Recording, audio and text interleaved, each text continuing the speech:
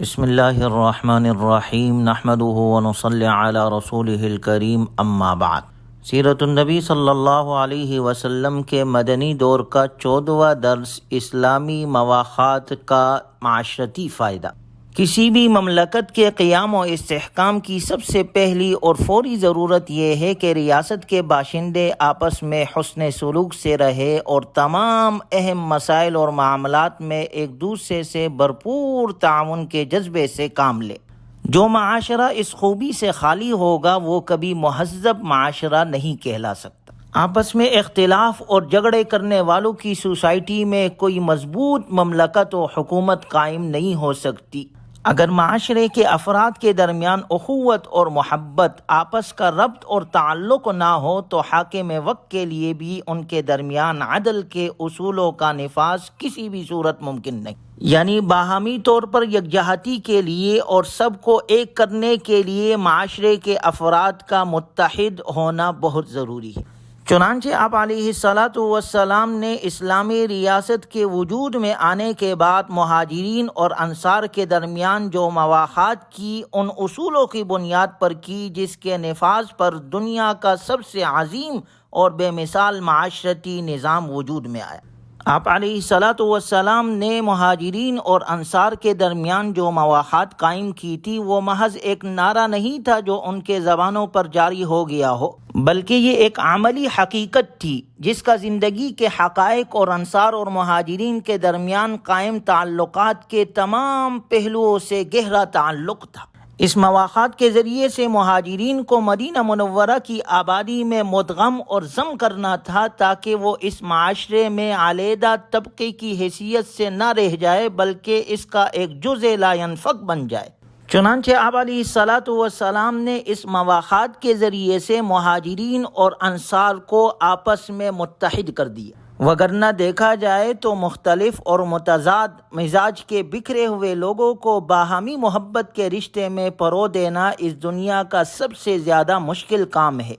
یہ سب رب ذوالجلال کی خاص رحمت اور رسول اللہ صلی اللہ علیہ وسلم کی بے مثال حکمت اور فراست اور اسلام کی زبردست جوہری قوت تھی جس نے مختلف قبیلے اور مختلف علاقوں میں رہنے والے لوگوں کو ایک اسلام کے سائے ایک کر دیا اور آپس میں بھائی بھائی بنا دیا، جن کی چمکتی ہوئی تلواریں صدیوں سے ایک دوسرے کا خون کرتی چلی آ رہی تھی۔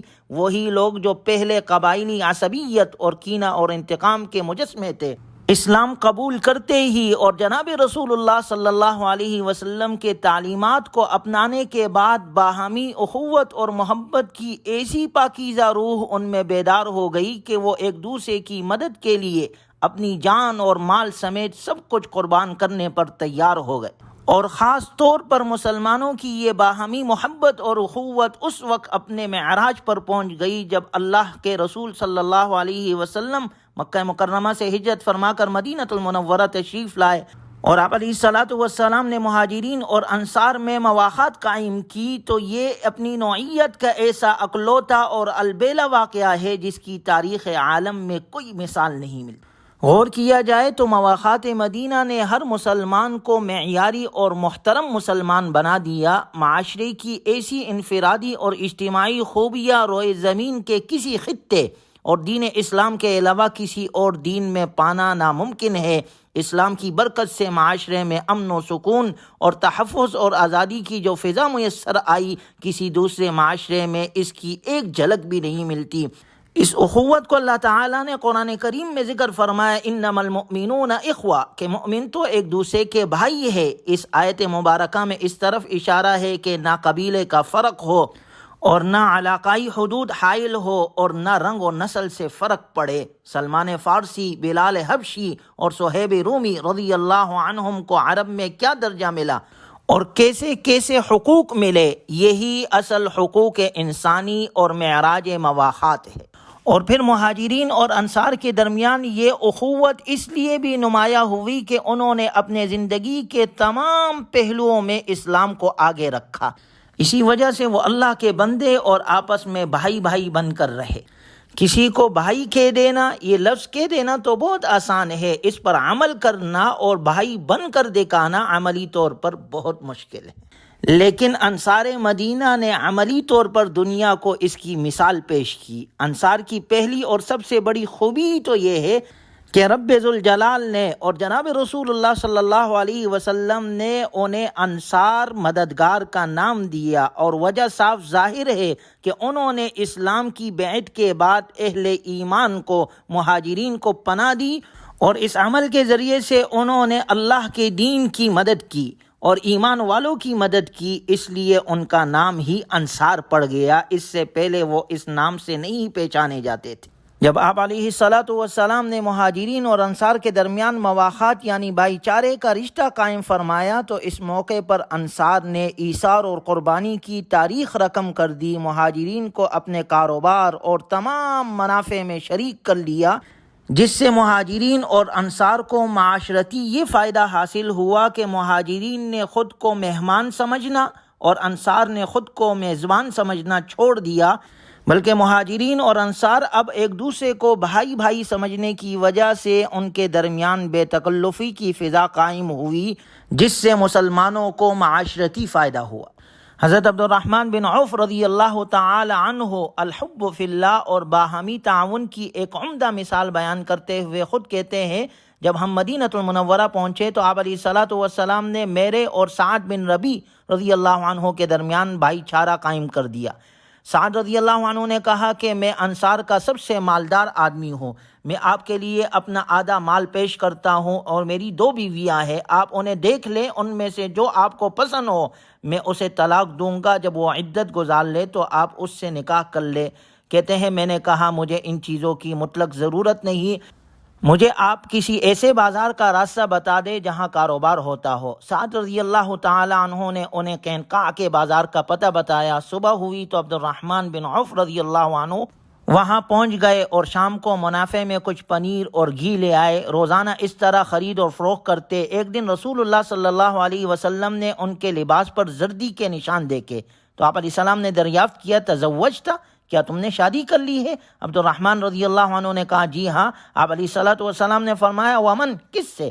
حضرت عبد الرحمن بن عوف رضی اللہ عنہ نے جواب دیا ایک انصاری خاتون سے۔ آپ علیہ الصلاۃ والسلام نے حق مہر کے بارے میں پوچھا تو انہوں نے بتایا، ایک خاص مقدار بتائی، یعنی تقریباً 5 درہم یا کچھ گرام کے برابر سونا دیا میں نے۔ آپ صلی اللہ علیہ وسلم نے فرمایا اولم ولو بشاۃ، ولیمہ کرو چاہے ایک بکری ہی سے ہو۔ اس روایت میں ایک طرف تو حضرت سعد رضی اللہ تعالیٰ عنہ کی طرف سے بھرپور تعاون کا اظہار ہوا، تو دوسری طرف عبد الرحمن بن عوف رضی اللہ تعالیٰ عنہ کی طرف سے زبردست خود اعتمادی، خودداری اور عزت نفس کا مظاہرہ کیا گیا۔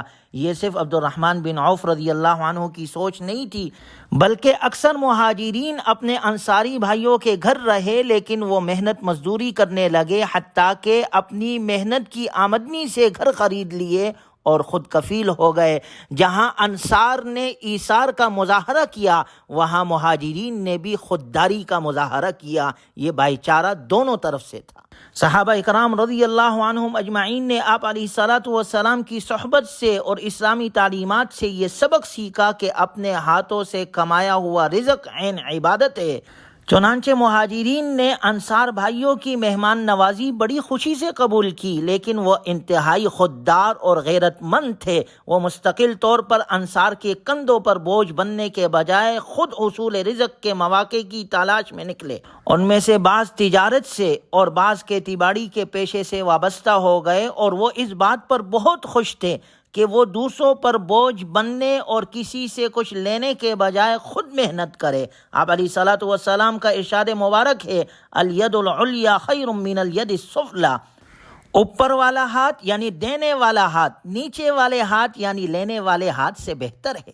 اسی طرح بخاری شریف میں حضرت ابو ہریرہ رضی اللہ تعالیٰ عنہ سے روایت ہے کہ ایک دفعہ انصار نے نبی صلی اللہ علیہ وسلم سے گزارش کی کہ ہمارے کھجوروں کے باغات ہیں، آپ انہیں ہمارے اور مہاجرین بھائیوں کے درمیان تقسیم فرما دیجئے۔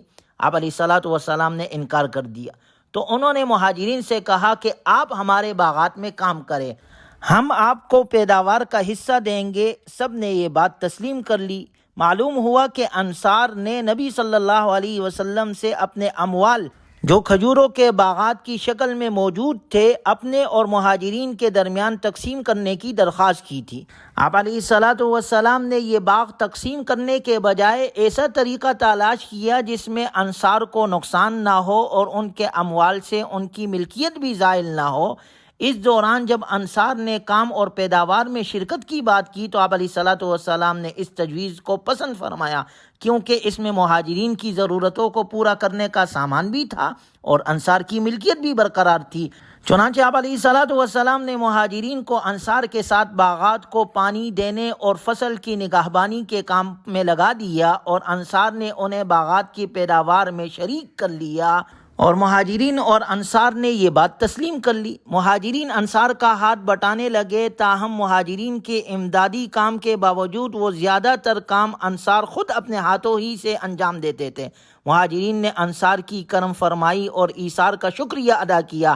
آپ علیہ الصلاۃ والسلام سے کہا، ہم نے انصار جیسے لوگ آج تک نہیں دیکھے، وہ کام تو تھوڑا لیتے ہیں اور معاوضہ زیادہ دیتے ہیں، ہم باغبانی میں ان کے ساتھ شریک ہوتے ہیں، وہ ہمیں پیداوار سے وافر حصہ دیتے ہیں، اب تو ہمیں یہ محسوس ہونے لگا ہے کہ سارا ثواب وہی حاصل کر لیں گے۔ آپ علیہ الصلاۃ والسلام نے فرمایا، نہیں، جب تک تم ان کا ذکر خیر کرتے رہو گے اور اللہ تعالیٰ سے ان کے حق میں دعا کرتے رہو گے، تم بھی برابر کے شریک ثواب رہو گے۔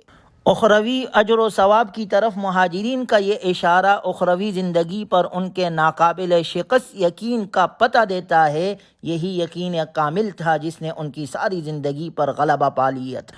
گویا آپ علیہ الصلاۃ والسلام کا یہ مواخات کرنا، اس سے مسلمانوں کو معاشرتی فائدہ ہوا اور وہ اس طرح آپس میں ایک ساتھ رہ کر آپس میں زندگی گزارنے لگے۔